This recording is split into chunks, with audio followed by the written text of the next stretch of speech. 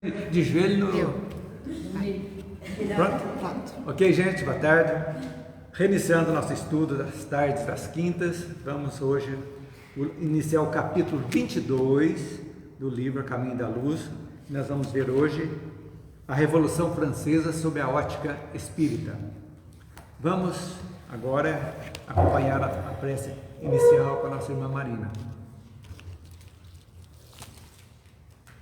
Senhor Jesus, irmão querido, nós só temos que agradecer essa oportunidade de nós estarmos aqui, unidos em seu nome, para mais uma tarde de estudo e de paz.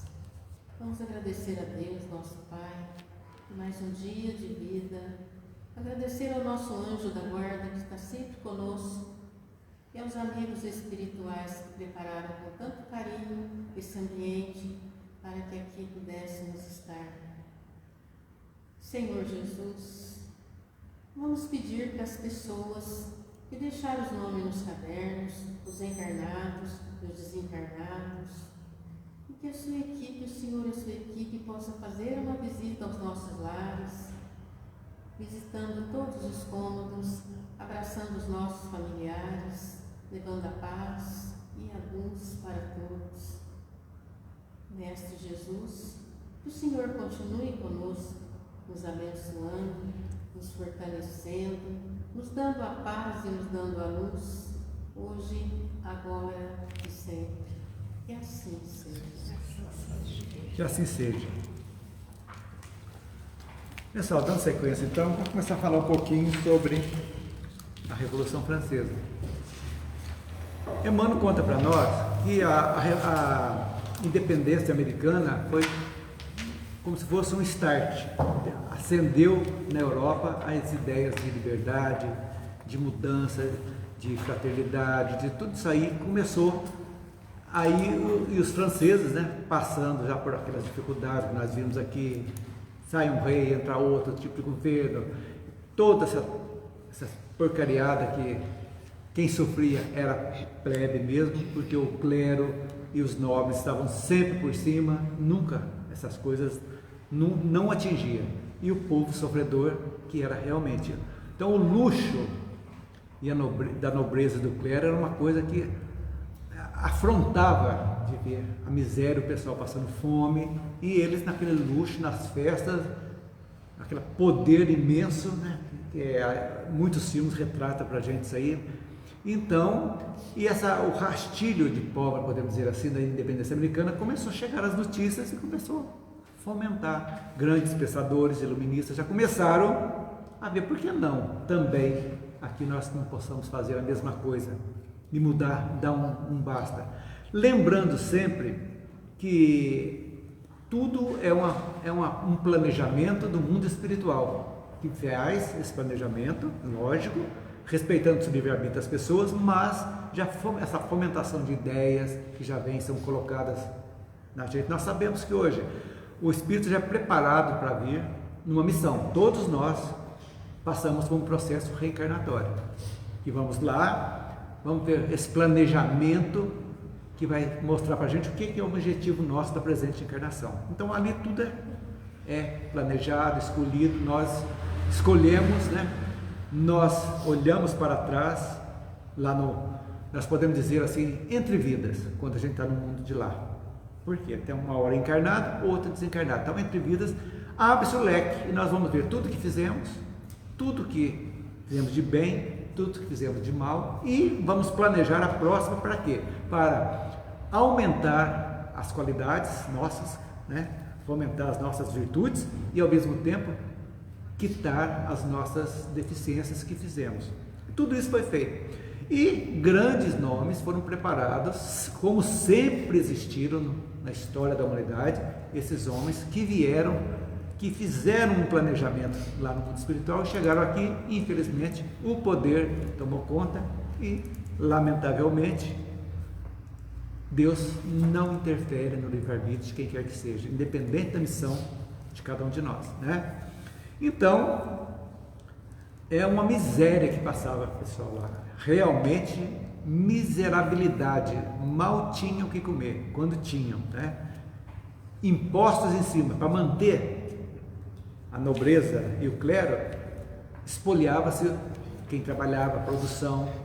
Então aquilo ali, nós já vimos aqui, o camponês plantava e tinha que dar 60%, 70%, os nobres, para o clero, que sobrava mal dava para passar o inverno, que às vezes faltava alimentação, era um terror, né? Então, e aí Emmanuel fala que desde 1614 os estados gerais que compõem a França já não se reuniam mais, e o absolutismo do rei então cada vez ficando mais forte, e as pessoas, enquanto dizia, né, que comiam brioches lá e o povo não tinha o que comer, né? Nem sabia, a nobreza nem sabia o que estava acontecendo. Então Luís XVI foi um bom rei, mas o conjunto foi levado por situações, por exemplo, aqui Emmanuel fala que ele levou muitas pessoas interessantíssimas para compor seu ministério. Ele fala aqui de Turgot e Malesherbes, que eram dois estadistas. O primeiro era um economista, né, famoso na época, e o Malesherbes também era um estadista que foi ministro também de Luís XVI, e tentando reerguer a realeza. E os excessos de Luís XV, né, começaram refletindo assim: sempre que faz aqui, o reflexo no próximo governo vem à conta. Isso não tenha dúvida disso, né? E aí, aliado a isso, uma nova ótica então dos Estados Unidos começou a fomentar muita coisa de ânimo. Se eles conseguiram, por que nós não? A pergunta que se fazia nos grandes lá, quando se reunia todos aqueles. Então, aí em 1789, os Estados Gerais fizeram uma reunião, todos lá, Emmanuel fala aqui. E aí começaram os maiores desentendimentos possíveis. E quem foi aí, fala aqui a boa vontade, a cooperação de Necker. Quem foi Necker? Jacques Necker foi um economista e político suíço, trabalhava com Luís XVI no século XVIII. Necker foi em 3 ocasiões, ele foi ministro encarregado da economia da monarquia francesa. Ele era o ministro da economia, das finanças do rei. Então tinha boas ideias, tudo, mas tudo isso, essa reunião que fizeram, querendo mais dinheiro, ele não tinha de onde tirar, tal, aquela bagunça, tudo lá, ele foi demitido. Então ele era muito popular nas camadas populares, porque ele não queria que se explorasse mais aquilo já ia sendo explorado a plebe. Então, complicou, ele não aguentou e foi demitido também, né? Então, feito isso, então, essa reunião transformou-se numa Assembleia Constituinte, né? E foi feito isso aí nesta época. Então, esses filósofos iluministas, essas ideias, que eles mantinham correspondência com os Estados Unidos, as ideias, Floriano, eles tinham, e todos os iluministas já foram preparados na espiritualidade para o renascimento. Nós vimos aqui, nada acontece por acaso. Então vieram exatamente, foi aquele desabrochar do renascimento que nós já vimos passado, né? Cultural, religioso, tudo começou a florescer, as artes, cultura, tudo foi uma coisa muito interessante. Então, e esses começaram a disseminar as ideias libertárias e movimentos pela democracia. E aí a independência americana começou a influenciar fortemente os franceses, né? Então, Luís XVI tentou reerguer a França, ele tentou com tudo isso aí, de acordo com os ideais iluministas. Ele tentou abolir a escravidão, aumentar a tolerância religiosa com relação aos protestantes, mas sofreu, a nobreza não aceitava. Os nobres tinham uma força muito grande e não aceitaram isso. Então, por mais que ele quisesse fazer, ele não conseguiu. E eu acho que ele era o marido da Maria Antonieta. Maria Antonieta. Não é? É. É isso? É. Ela ficou presa lá em cima. Isso. E, então, isso aí, essa história foi vendo que tudo, o homem, aquilo que era para ocorrer de uma forma tranquila, todo mundo começava a aceitar. Infelizmente, pelo orgulho, pelo egoísmo que Kardec sempre fala para nós, que é o mal, o grande mal da humanidade, que tudo se baseia no orgulho e no egoísmo.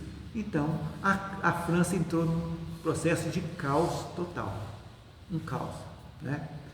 Então, como disse há pouco, o rei convoca então os Estados Gerais para essa reunião, né, uma assembleia, e que as origens do tipo do parlamento inglês tinham poder de voto, de escolher, eram respeitados. Na assembleia, cada estado tinha direito a apenas um voto, e o clero e a nobreza se uniram com o intuito de derrotar o terceiro estado, o povo. Quer dizer, eles tinham um voto e o clero uniu com a nobreza, tinha 2 votos. Aí não adiantava nada. Aí não adiantava nada, né? Complicado, né? Então, nas votações, seria 2 votos contra 1. O que eles queriam mais? Só para dizer que teve uma eleição. Que teve eleição, vamos segurar nossos direitos, entre aspas, aqui, né? Nossa mamata aqui, a nossa sinecura, né? E deixa o resto. E aí começou então a bagunça. Então, com o espírito já inflamado pelas ideias libertárias da América, né? E pela opressão que a nobreza estava fazendo, o povo reagiu, transformando em Assembleia Nacional Constituinte aquela Assembleia Geral, e deu início então à Revolução Francesa. Foi aí que começou. O povo passava fome. Nas beiras do castelo, e os bailes, as festas fantásticas, né? Só que infelizmente o povo não gostava de tomar banho, né? Devia ser muito perfume, porque era terrível, né? Os franceses, né? Perfume é a França. Por isso. Várias histórias. Mas o perfume é exatamente para tirar, com perdão da palavra, o fedor mesmo. Porque banho que é bom, não existia, né? Então, diz que nos jardins lá de Versalhes, né? Era uma vergonha, era banheiro a céu aberto. As necessidades já feitas, os canteiros ali, tudo ali. Pois é, né? Pois é. É isso aí. Então, gente, aí foi o início, então, que eclodiu que nós vamos falar daqui para frente agora. Então, com essa o povo se reuniu e fez a famosa tomada da Bastilha. 14 de julho de 1789. Bastilha, onde era a prisão, onde todos aqueles que eram contra, ou falavam alguma coisa contra o clero ou contra a nobreza, eram encarcerados, eram decapitados, e todo tipo de tortura eram feitas. E às vezes a maioria morria de fome, porque nem comida para os presos não sobrava, lamentavelmente. Sobrava ali para o povo, ia sobrar para o preso. Então, para você ver. Né? E a maioria estava lá injustamente, né? Nem Um tinha... grande dia esse na França, 14 de julho. 14 de julho. E a independência americana foi 4, né? 4 de julho também. 4 de julho, verdade. Então, as famílias... Emmanuel fala aqui, derrubada a Bastilha em 14 de julho de 1789, após a célebre Declaração dos Direitos do Homem e do Cidadão, uma série de reformas se verifica em todos os departamentos da vida social e política da França. Nós vamos ver também que basta que troque o poder, aqueles que lutavam contra uma ditadura se tornam ditadores também, né? Montesquieu, né? Nós vamos ver para frente aqui, tudo aquilo que combatiam, eles passaram a fazer também, lamentavelmente. Então, Emmanuel fala aqui que como subtítulo, como sendo a época das sombras da França, logo após isso aí. Um mundo de sombras invadia as consciências da França generosa, chamada na época pelo plano espiritual, ao cumprimento da sagrada missão junto à humanidade sofredora. Quer dizer, cobriu de sombras. Aquilo ali, o egoísmo, o orgulho, daqueles que promoveram a revolução, que era realmente para libertar, começaram a oprimir. A vingança é a grande coisa, né? A vingança é uma tragédia. Ah, eu fiz, agora vou vingar tudo. Gente, isso aí é uma coisa que não justifica. Porque se eu apanhei, eu vou ter que bater também? É isso aí que vai criando a roda de Sansara, daquelas reencarnações cada vez mais dificultosas que vêm exatamente porque isso aí o bateu, levou, e não leva a nada, né? A gente tem que começar. Aí que nós voltamos aos ensinamentos do Cristo. Será que o clero, se estivesse no cristianismo primitivo, estaria desse jeito? Jamais. Se estivesse na simplicidade, né? Sem ostentação, sem ritualismo, sem hierarquia, sem nada, criou-se um estado paralelo. O clero era um estado paralelo, com todos os poderes praticamente, porque influenciavam os próprios reis e os outros nobres. O Clayton, tem um livro do Hermínio Correia, não sei se você já leu, chama Cristianismo Redivivo, a mensagem esquecida. Eu já vi falar, já deu um resumo. Fala tudo isso que você está falando. Que o básico da mensagem de Jesus foi esquecido. Totalmente esquecido, totalmente. Então, o livro é grosso, sim, mas... Hermínio é fantástico, os livros dele são maravilhosos, maravilhosos. Por isso a mensagem foi esquecida. Totalmente. A principal foi esquecida. E olha, mesmo com a chegada ao advento do Espiritismo, que veio para remexer isso aí, ainda hoje nós temos situações aí que ainda estão vendendo as indulgências sob outro nome, que antes foram vendidos pela Igreja Católica e hoje Quer dizer, a mensagem continua sendo esquecida. Totalmente. Estão vendendo o paraíso na terra aqui. Tem que ter dinheiro aqui, tem que ter poder aqui. Você vai aqui, que eu faça isso, venha, contribua, que você vai ganhar. Então, como é que faz? Então, por isso que chegada dos tempos, que Jesus disse, lá em Mateus 24, sobre a mudança do patamar da terra, os sinais dos tempos, que Kardec vem e complementa no livro A Gênese, né? Exatamente por isso, que tem um tempo determinado que a terra vai ter que evoluir. Então está dando a última oportunidade, nós estamos vivendo agora. Por isso que eu digo, não só eu digo, a grande maioria da espiritualidade traz notícia que os que estão encarnados hoje, nós encarnados, estamos vivendo a mais importante encarnação de todos os tempos nossos. Por quê? Porque nós estamos na passagem, tá? A bagunça da reforma é natural. E a gente, na medida do possível, pelos estudos, pelo nosso modo de agir, nós estamos mais equilibrados do que a maioria. Mesmo que a gente, por alguns momentos, desequilibre, a gente volta ao equilíbrio, porque nós temos a base já doutrinária para voltarmos ao nosso equilíbrio, manter o nosso equilíbrio. Isso é muito importante para a gente entender. Por quê?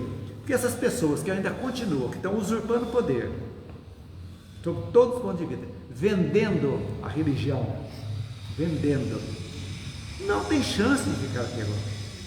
Vão ter que ter outras encarnações dolorosas, não como castigo, mas como aprendizado duro, em mundos de expiações, realmente, não tem como escapar disso. E aqui, a grande maioria, grande não, 1/3 praticamente, está pronto para habitar a nova dimensão da Terra. É isso que a gente tem que pensar. Então precisamos ver a história para não se repetir. Por isso a importância desse livro, A Caminho da Luz. Ver a história, que foram os repetecos, para chegar agora. E Emmanuel escreveu aqui no limiar da Segunda Guerra Mundial. O livro das Honestidades foi um ano antes, né? Foi com a Guerra Civil Espanhola, que foi a base também, que estava vivenciando aquilo lá. Então, para a gente ver que nós precisamos mudar. Mas aqui o mal nosso, eu acho, é o seguinte: a gente sempre deixa a culpa para alguém. Alguém tem que fazer isso, mas a gente não faz. Deixa o governo fazer isso. Uma coisa simples. A tua calçada está imunda. Nós problema da prefeitura. Não, mãe, se eu moro aqui, custa eu limpar a calçada minha? É o mínimo. Por quê? Porque eu vivo numa coletividade. Se eu melhorar a minha, quem sabe eu influencio o vizinho a limpar dele também. De repente a rua está totalmente limpa. Mas tem que falar neutro. Você fala assim, ué, você entrou para a prefeitura? Aí eu falo, entrei.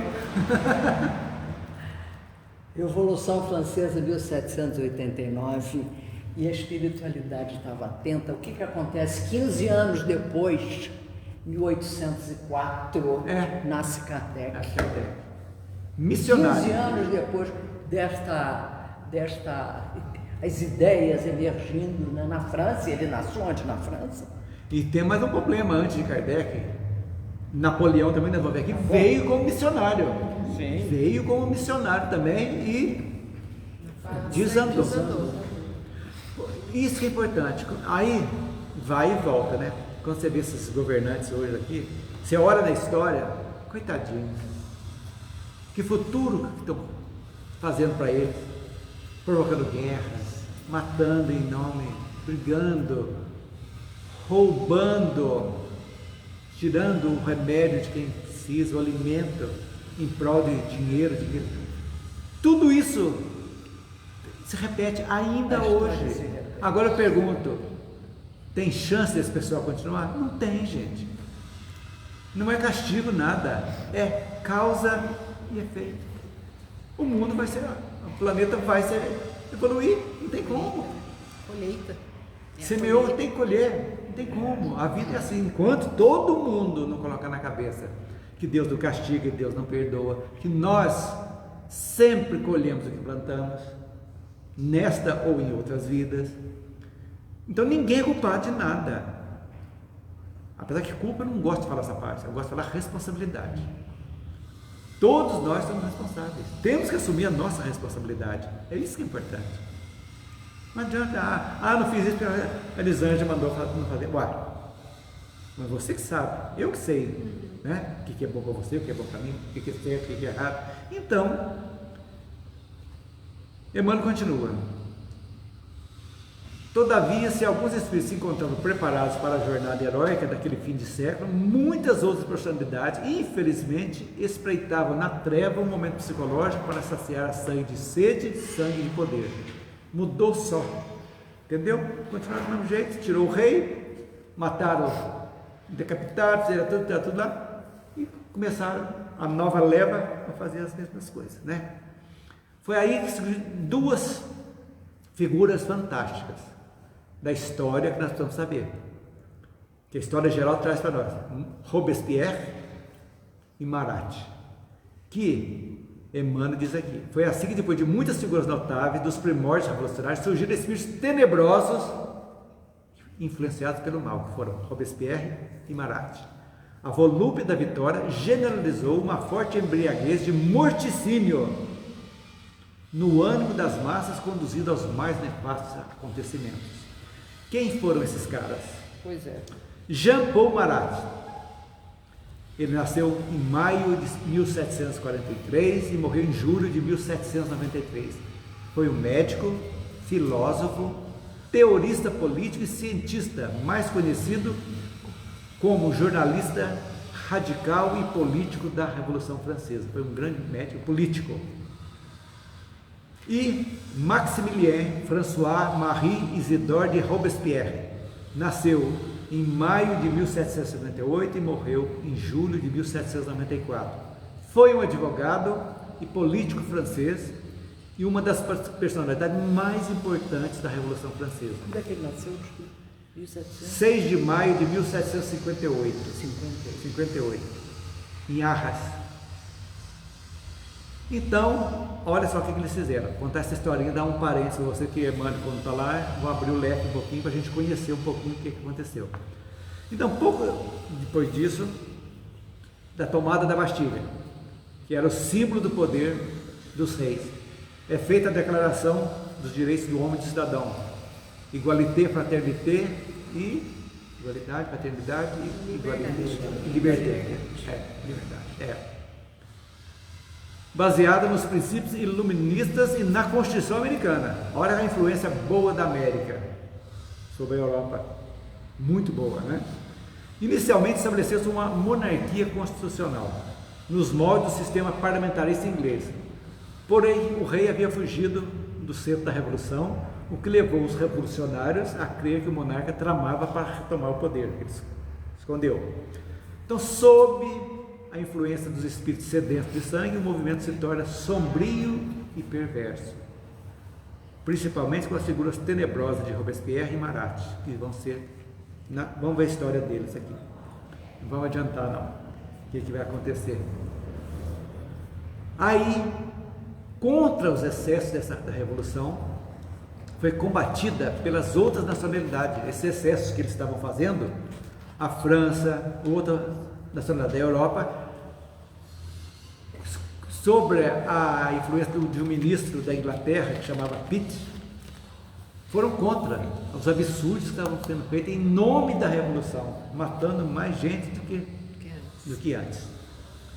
Então, a Convenção Nacional da França, apesar das garantias que a Constituição de 1791 oferecia à pessoa do rei, decretou-lhe a morte da guilhotina. Então, Luís XVI foi morto no dia 21 de janeiro de 1793. Quem que foi morto? Luís XVI. Luís XVI. Então, na Praça da Concórdia. Essa guilhotina foi criada por um médico chamado Guillotin. Guillotin, exatamente. Que horror, que horror. E ficava um cesto para segurar a cabeça, batia. Descia, pum, já tinha um cara que pegava a cabeça. Gente, isso aí não é da idade lá da pré-história, não. Foi século XVIII. Pois é, mas tem sempre uma coisa que fica me martelando aqui a cabeça. O ser humano é igual. Mas esses que existiam, não nós aqui, ainda bem que a gente está aqui estudando. Mas nós também fomos terríveis. Nós também temos lado negro. Mas quanta gente desse tipo aqui do Dr. Guilhotin. Que ainda não aprenderam. Estão guilhotinando, sendo guilhotinando de outras maneiras. Exatamente. Aí que tá. Exatamente. Nós ainda, sem falsa modéstia, pelo menos nós já começamos a acordar um pouquinho. Já entendemos o sentido da vida. De onde viemos, por que estamos aqui e para onde iremos, sabemos. E suicídio coletivo? É a cabeça de quem que está ali? Tem um influenciador daqui. Lógico. Que influencia todo mundo, para todo mundo se matar, suicídio coletivo. É um sujeito desse, é um guilhotin desse. É a mesma coisa. É a mesma Internet, um fake news de alguém lá, uma coisa de alguém, eles acabam com a vida de uma Mas pessoa. as meninas agora não estão cheirando perfume e spray para morrer? Um joguinho? Isso também. E eu falo assim, fofocas também, que às vezes não é verdade, foi colocado e Fake news, acaba com a carreira de uma suicídio. pessoa, a vida de uma pessoa.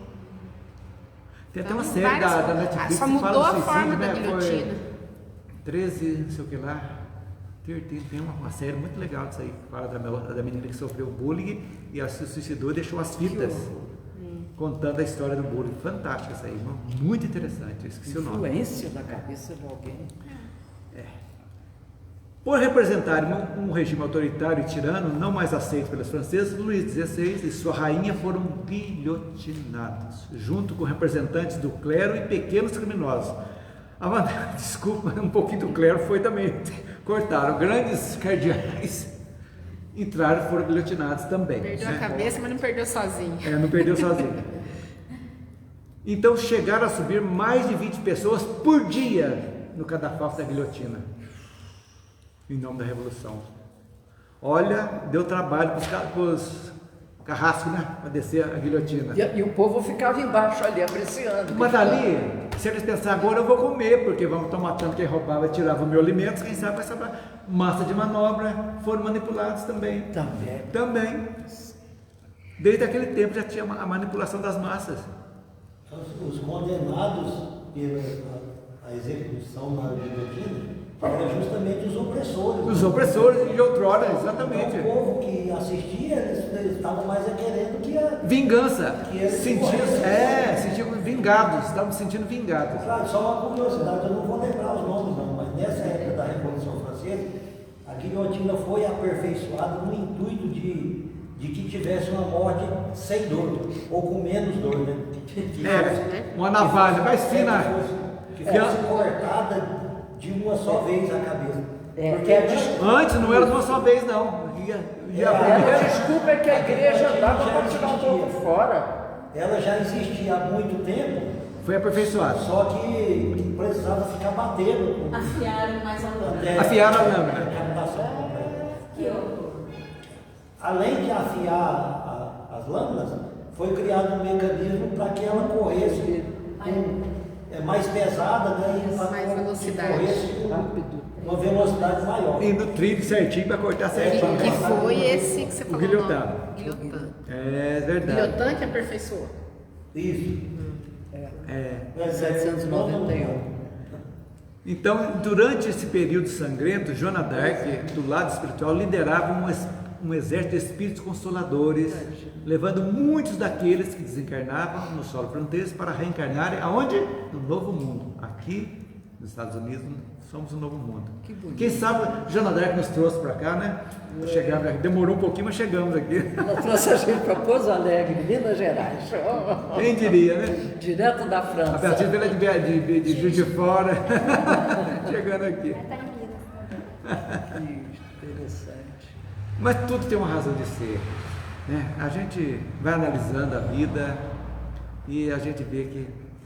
Aí você fala de coletivo, você falou há pouco, né? Então a França atraía para si as mais dolorosas provações coletivas nessa torrente de desatinos. Desatinos. Então, com a influência inglesa, organiza a primeira coligação europeia contra a França. Mas não somente nos gabinetes administrativos, mas também na Europa começaram se movimentar, que é um absurdo esse morticínio que estava lá. E também no mundo espiritual, Emmanuel nos traz, por isso é importante você ver o lado espiritual da história. Reúne-se os gênios da latinidade, sob a bênção de Jesus, implorando a proteção e misericórdia para a grande nação transviada. Porque ela, veja bem, era um berço que iria nascer Kardec. Então tinham já que preparar o melhor possível para quando ele chegasse. Então, agora fazer a pergunta: quem foi aquela fora corajosa e singela fila de Dom Remy? Quem era essa? Você fala não. Quem era? Quem foi? Filha de Dom Remy. Joana d'Arc. Então, Analfabeta, tadinha. volta ao ambiente da antiga pátria, à frente de grandes exércitos consoladores, confortando as almas aflitas, né? Uma mulher, hein? À frente do batalhão de... Por quê? Porque ela nasceu em 1412, então já estava no mundo espiritual. Então, ela foi assassinada também na fogueira, né? Lá para a Inquisição.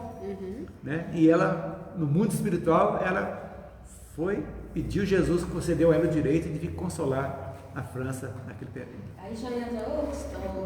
Outra né? coisa. Ela foi guilhotinada. Sim. E o que tinha lá atrás para ela ter sido Isso, tudo. Aí já entra outra história. Gente, nada escapa de causa e efeito. Ela tinha nascido 300 anos antes. Não, as pessoas falam muito de Paulo, né? Paulo teve reencarnações terríveis, porque ele foi um assassino antes. Não é porque foi Paulo, foi tudo, melhorou, fantástico, ele fez coisa muito boa, mas aquilo que precisava ser refeito, teve que passar de novo. Inclusive o assassinato de Estevão, né, que ele foi, né? O livro Paulo e Estevão conta a história. Então é isso aí para a gente ver que tudo, olha filho, você fez tudo bem, você vai subir, tudo uma boa, mas acerta primeiro. Por isso que a gente vê no Evangelho, né? Antes de deixar aqui o seu contribuição no altar, vai lá, reconcilie-te com o teu inimigo, depois você volta aqui. Ou seja, se acerte primeiro com o teu passado, depois você chega aqui. Aí você chega a beleza da doutrina espírita, que Kardec lá no céu e inferno, os 3 passos para você se reequilibrar coisas passadas: arrependimento, expiação e reparação. Arrependeu é o primeiro passo, fantástico. Porque quando você arrepende mesmo, você não é o compromisso de não fazer mais aquilo, né? Aí tem o sofrimento e você vai ter que reparar de alguma forma. Como se não der na mesma encarnação, você vai ter que voltar para fazer a reparação. É normal. Então Deus deu a responsabilidade da nossa vida na nossa mão. Nós somos responsáveis pela nossa existência. Não tenham dúvida disso. Ainda chegamos então ao período de terror. Vamos ver lá. Estamos indo bem? Estamos indo bem. A joia.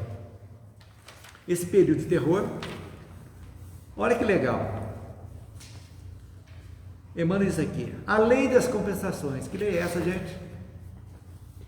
Se você não souber, eu vou ficar de castigo. Causa e efeito.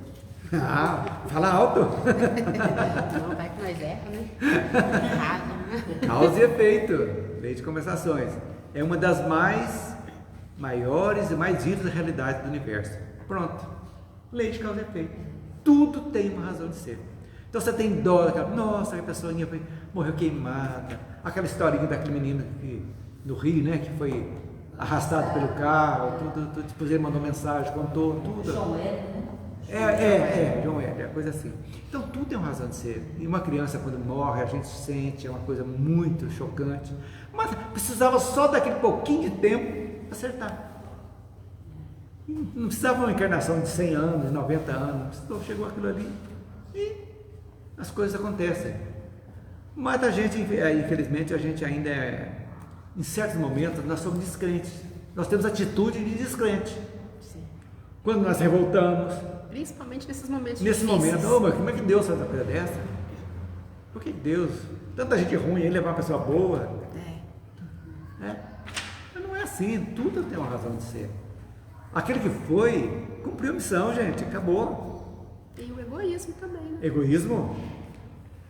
De querer ficar sem, mas por que tinha que ser ele, né? Por que comigo, por que não com o outro? Por que não foi com o vizinho lá? Eu podia ficar mais um pouco aqui. O vizinho já tá na beira da cova e está aí, firme. Então, gente, essas coisas é para a gente meditar bem, bastante, porque é isso que conforta a gente. É viver bem o hoje, é fundamental hoje, viver bem. Olhar para trás e falar, poxa vida, tem alguma coisa que eu preciso ainda acertar? Vamos acertar. Se eu não puder falar, mentalmente eu vou acertar isso aí. Eu vou mandar luz, vou pedir perdão, vou perdoar, vou mandar energia boa, vou, de alguma forma, fazer a corrente do bem. Se eu não puder fazer para trás, eu faço para frente. Ah, eu não posso, então, tudo bem. Falei, estou com vontade de assistir aquele filminho de novo, viu? Corrente do bem, né? Acho que é isso que chama não, né? Do menininho, tem a história do menininho que recebe, passa para 3 aquilo que recebe. Tem um filme, uma delícia esse filme. Então você recebe uma coisa boa, você não fala assim, não, você não vai devolver para mim. Você vai fazer para mais 3 pessoas isso aí. Você paga e aqueles 3. As cartas, não é? Ele que escrevia cartas. Eu não sei. Foi aumentando o número de cartas, não é isso? Para consolar o mundo, não é? Não, esse é um dos filmes. Do outro, não. O outro era coisas que aconteciam no trivial, que alguém chegava. Faça para o próximo. Não precisa fazer para mim, agradecer para mim. Faça para o próximo. Então é algo interessante para a gente colocar na vida, né? Então, gente, sob as suas disposições da lei de causa e efeito, né, sábias e justas, a cidade de Paris teria que ser ainda por muito tempo teatro de trágicos acontecimentos. Gente, o karma da Europa é terrível ainda. Nós estamos vendo hoje lá essas coisas acontecendo, os árabes voltando, sobre outro novo tipo de invasão, que agora é migratória, tudo chegando, misturando, mas você olha, como dizia o Odorico Paraguaçu, né, o Pastrasmente, tem muita história que dá uma aprovação coletiva mesmo, né? Olha para vocês verem, é muita coisa. Foi assim que se instalou o hediondo Tribunal Revolucionário e a chamada Junta de Salvação Pública, com os mais sinistros espetáculos do patíbulo. A consciência da França viu-se envolvida em trevas espessas. Fizeram uma inquisição que não era eclesiástica. Não, tipo, condenada, guilhotinada. Ali só guilhotina. Sem chance de defesa, nada. Falou, tal, e assim foi. Então, esse tribunal revolucionário, que é chamado de Tribunal Popular, que de popular é uma de jeito, né? Foi uma corte que foi instituída em Paris pela Convenção Nacional durante a Revolução Francesa, para julgamento de políticos infratores. No Brasil aqui, nossa senhora, não ia dar conta, viu? Não ia dar conta, viu? Ia ferver a guilhotina, viu? Tem que parar para esfriar. Se tornou um dos... A gente brinca, mas é muito sério. Tem de vibrar, a gente tem que vibrar muito por esses políticos nossos aqui, viu? Todos, mandar luz para eles acordarem enquanto é tempo, sabe? É muito importante a gente ver isso aí. Então, se tornou um dos mais potentes motores do terror. Sua função, o objetivo era servir enquanto um poder executivo do governo revolucionário, atuando na salvaguarda da economia nacional e comandando o exército francês em suas atuações de defesa. Qualquer coisa que ia contra a revolução, matava. Gente, o rei não era o opressor? Não estava passando fome? O que fizeram então? A mesma coisa. Então é muito perigoso isso aí. As pessoas, aqueles que condenam muito antes de assumir o poder, aquilo que condena, vocês podem ver, aquilo que condenava, ele vai fazer idêntico e pior. É natural. É do ser humano, parece isso. Egoísmo e orgulho. Então a tirania de Robespierre ordenou a matança de numerosos companheiros de muitos homens honestos e dignos. Erradamente, Carlota de Corday, quem foi essa aí? Charlotte Corday d'Armont, foi uma devota dos ideais católico-iluministas de sua época e foi de grande suporte como oposição à Revolução Francesa. Entrou na história como, vamos ver o que ela matou o Jacques Marat, ela assassinou ele. Ele estava numa banheira, né? Ele tinha um problema de pele que precisava colocar para tirar aquela dor, ele tinha que ficar mergulhado um tempo. E ela chegou e assassinou lá. Foi um assassinato de forma premeditada, um dos mais importantes defensores da Revolução Francesa, Jean-Paul Marat. Foi presa e condenada à morte pelo Tribunal Revolucionário e foi decapitada em 17 de julho de 1793. Então, aí vocês vão ver que tem a grande história dos girondinos e dos jacobinos. Vocês já viram falar disso? Da história? Conta a história de girondina. E ela era, se não me engano, eu não sei se era girondina, ou vamos ver aqui para frente, tem aqui. Então, Robespierre mandava matar, como vimos acima, mais de 20 pessoas eram executadas por dia. Agora, no mês, 600, né? Então, nessa época, então, houve a divisão na França entre girondinos e jacobinos, né? Os girondinos eram parte da burguesia que acreditavam que as grandes mudanças necessárias já tinham acontecido e, por isso, possuíam uma visão mais conservadora. Já quebrou, vamos melhorar isso aqui. Eram mais conservadores. Já os jacobinos eram liderados por Robespierre. Eram membros da burguesia que acreditavam que as mudanças ainda não estavam prontas, que precisava ser mais radical ainda, que estava em curso. Então a matança fazia parte dessa mudança drástica que ele queria fazer. Engraçado, o povo se revoltava, mas dentro do povo eles próprios se dividiam e continuavam a matança. Mas é o que eu estou falando, mas eram iluministas, eram grandes pensadores. Quer dizer, nem sempre a cultura é aliada à moral. Verdade? Sim. O cara, todos cultos. O Marat era médico, jornalista, Robespierre, né, grande pensador, tudo certo. Mas não tinha um senso moral. Ou foram influenciados pelas sombras, ou eram praticamente as sombras que chegaram, né? Então a morte do Marat, né, que o nome dele era lá, ele tinha um epíteto dele lá, Marat, o amigo do povo. Imagina só. Todo mundo começava, era o jornalista, que ele escrevia Marat, o amigo do povo. E ele foi assassinado, né, por Charlotte ou Carlota Corday, ligada aos girondinos. Foi uma punhalada no peito enquanto ele estava na banheira. E aí começou o terror da Revolução Francesa mesmo. Começaram as maiores perseguições ainda. Por quê? Porque matou um dos artífices da Revolução. Então aí começou a vingança. Aí começaram a matar. Até que, né, foram derrubados. Teve um golpe em 1794, praticamente 5 anos depois da Revolução, em 27 de julho de 1794, e Robespierre foi derrubado e foi executado. A mesma coisa que ele mandava fazer, foi executado sem julgamento. Já pegaram ele e mandaram direto. Aí começou o governo conservador da alta burguesia girondina, que duraria até quando? Até nosso querido Napoleão Bonaparte chegar.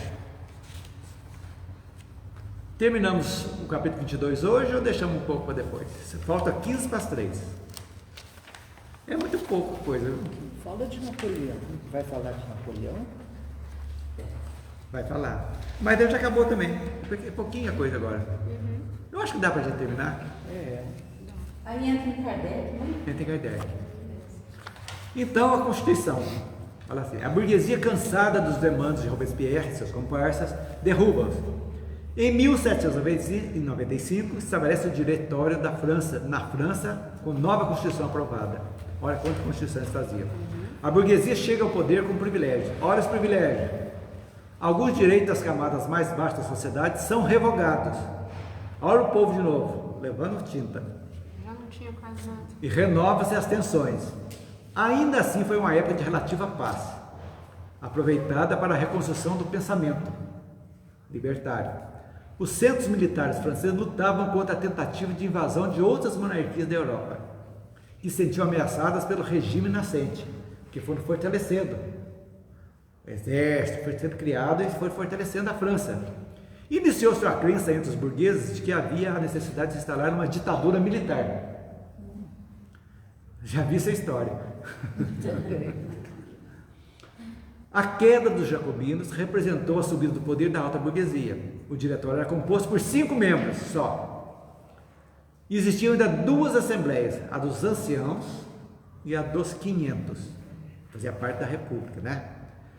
Essa fase representou o fortalecimento da burguesia e a volta de alguns privilégios, como o voto censitário.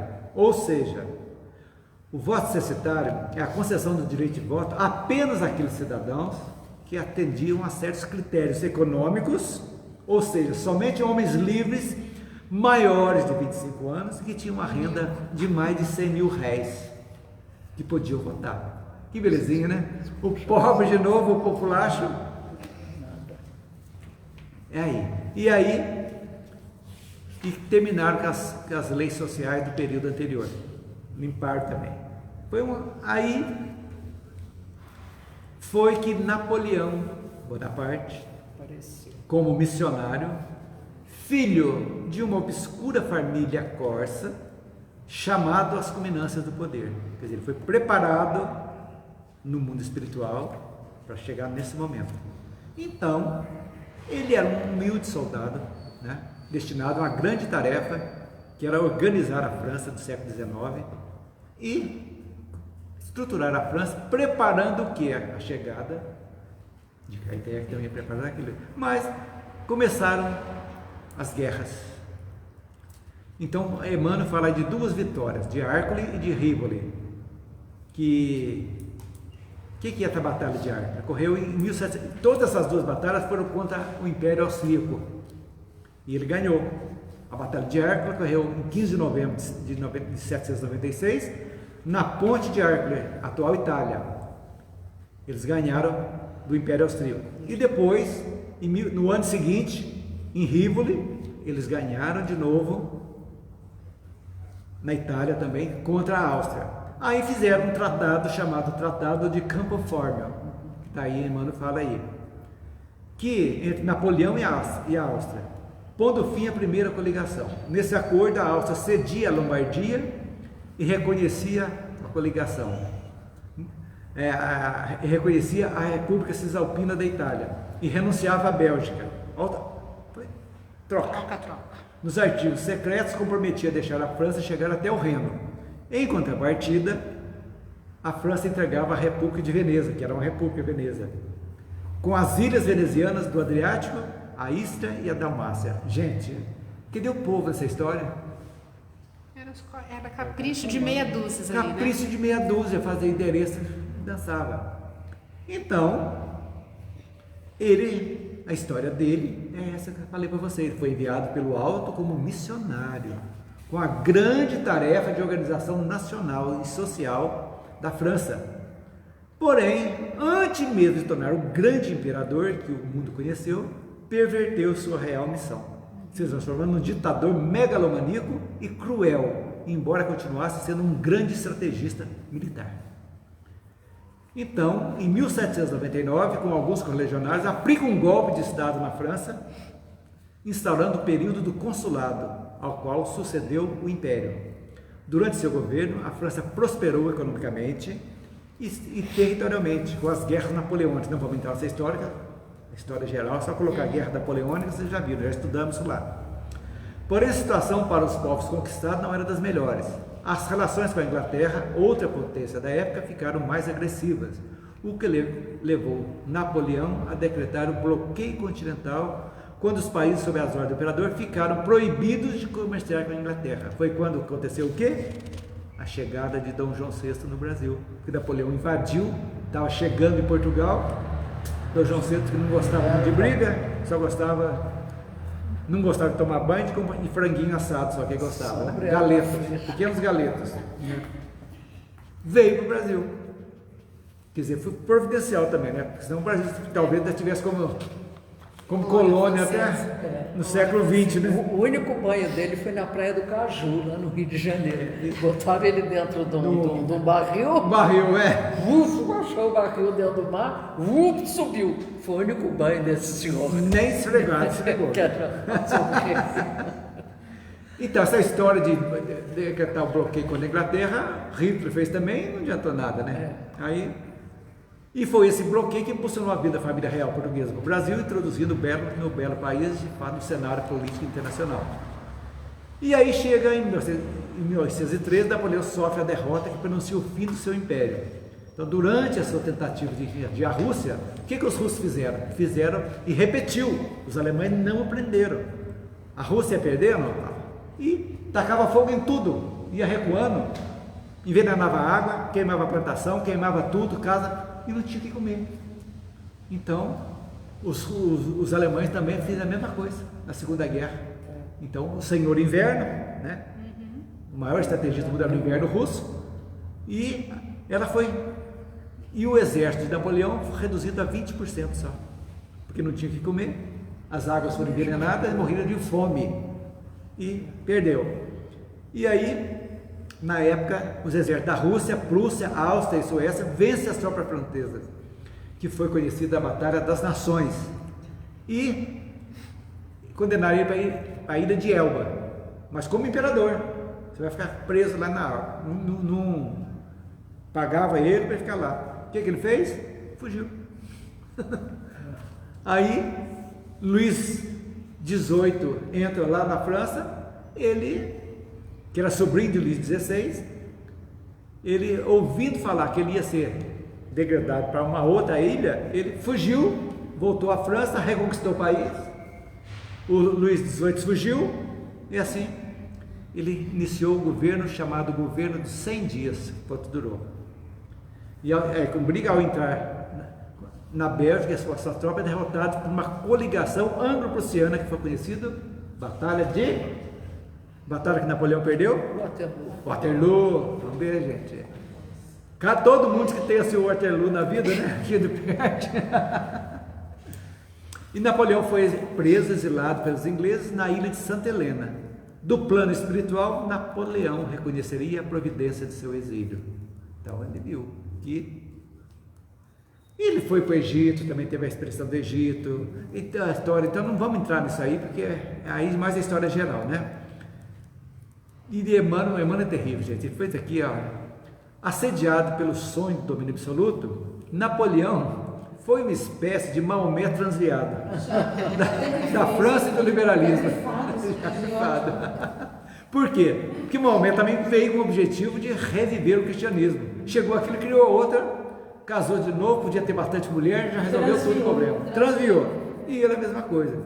Assim como o grande profeta do Islã, poucos se aproximaram do Evangelho, que a sua ação deveria validar. Assim, as atividades de Leão, poucos se aproximaram das ideias generosas que havia conduzido o povo francês à Revolução. Sua história é cheia de brilhantes traços, brilhantes e escuros. Então é isso aí, força do bem e do mal. E aí ele fez muita coisa boa, interessante. Teve as suas qualidades também, né?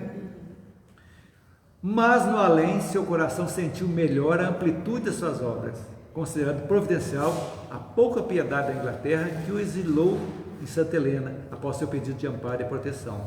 Santa Helena representou, olha que interessante, representou para seu espírito o prólogo das mais dolorosas e mais tristes meditações na vida do infinito. Causa e efeito. Começou o calvário dele ali em Santa Helena. Você tem ideia, a data mais ou menos? Porque o Kardec já tinha nascido. Já. Pois é, isso foi 1800 e... Eu não tenho aqui. 50, 40, por aí. A Guerra de Waterloo foi quando? Foi... Ele volta... Olha... Em 1813, que ele perdeu na Rússia, a batalha foi em 1813, a Batalha da Rússia. Tá. Kardec já tinha nascido. Já tinha nascido, já tinha Com nascido. 10 aninhos. Já. 1804. Interessante É. isso. Agora não sei. Boa pergunta. Vem para mim o Waterloo, quando foi a Batalha de Waterloo, a data, para a gente não ficar sem resposta para quem tem em casa. 1815. 1815. Que ele foi embora, né? Não, a É, Batalha a de Batalha de Waterloo. Waterloo. É, 18 de junho de 1815. tá certo. Depois teve o outro Napoleão, né? Napoleão III também, da época de Kardec, né? Se não me engano. Ah, é esse então. É isso aí. E aí, gente, chegamos em Kardec. Kardec, para nós espíritas, é um pequeno resumo só que vamos fazer, não é possível que a gente não saiba. E eu quero também sugerir a você que está em casa nos assistindo, que veja o filme Kardec, que está na Netflix, está no YouTube, está disponível para ver a história muito interessante para a gente conhecer um pouquinho de Kardec. O filme, né? O filme, Kardec. Muito interessante. Então, a ação de Bonaparte invadindo searas alheias, com seu movimento de transformação e conquistas, fugindo da finalidade do missionário e da reorganização do povo francês, compeliu o mundo espiritual a tomar enérgicas providências contra o despotismo e a vaidade orgulhosa. Então, aproximava os tempos que Jesus deveria enviar ao mundo o Consolador, de acordo com suas auspiciosas promessas. Apelos ardentes são dirigidos ao Divino Mestre pelos gêmeos tutelares dos povos terrestres. E aí, as assembleias se reuniram, confraternizaram e a história de Napoleão Bonaparte, sagaz imperador, brigando 2 meses antes de Napoleão nasceu, né?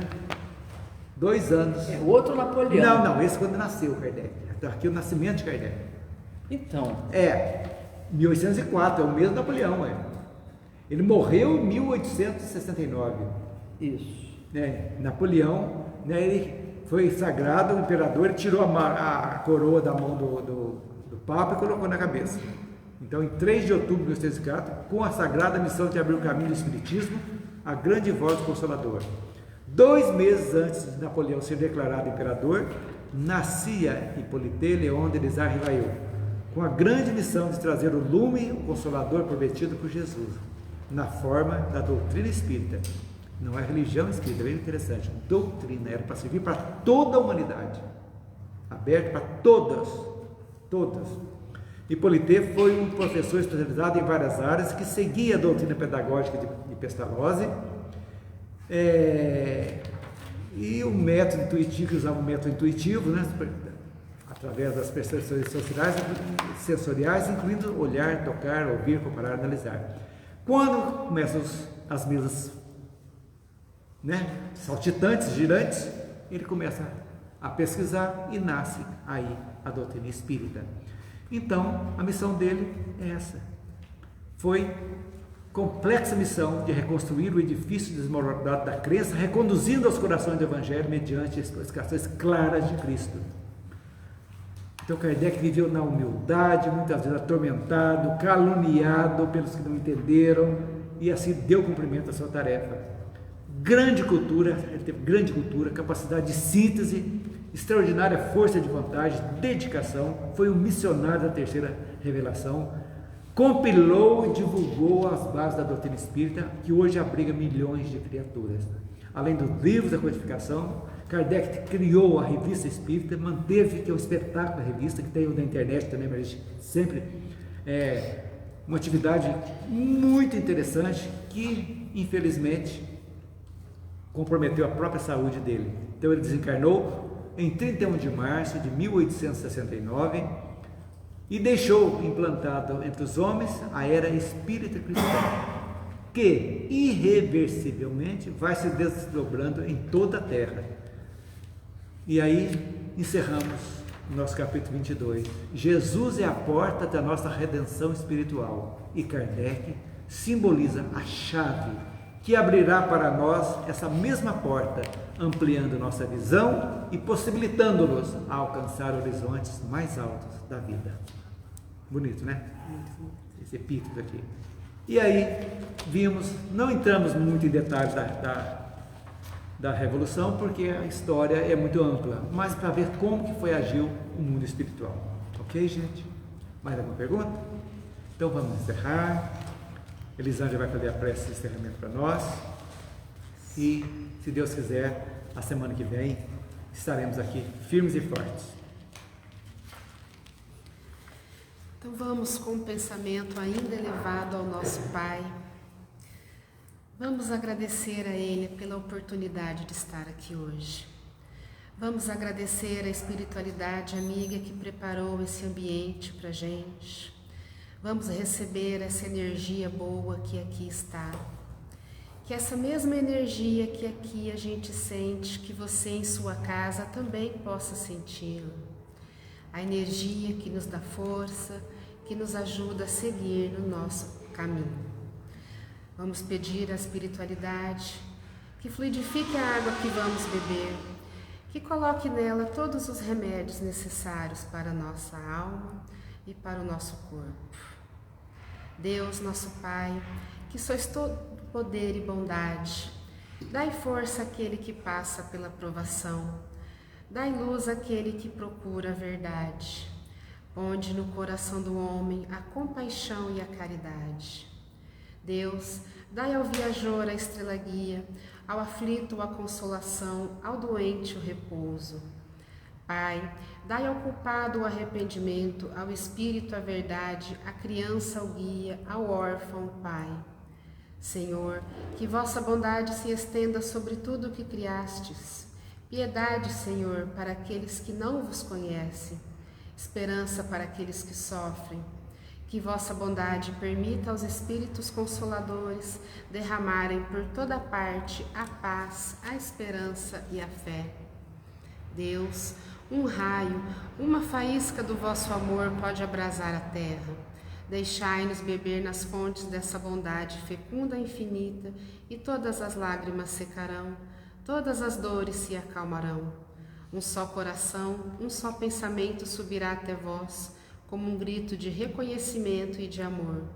Como Moisés sobre a montanha, nós os esperamos com os braços abertos, ó poder, ó bondade, ó beleza, ó perfeição, e queremos de alguma sorte alcançar a vossa misericórdia.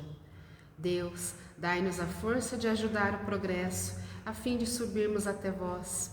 Dai-nos a caridade pura, dai-nos a fé e a razão, dai-nos a simplicidade que fará de nossas almas o espelho onde se deve refletir a vossa imagem.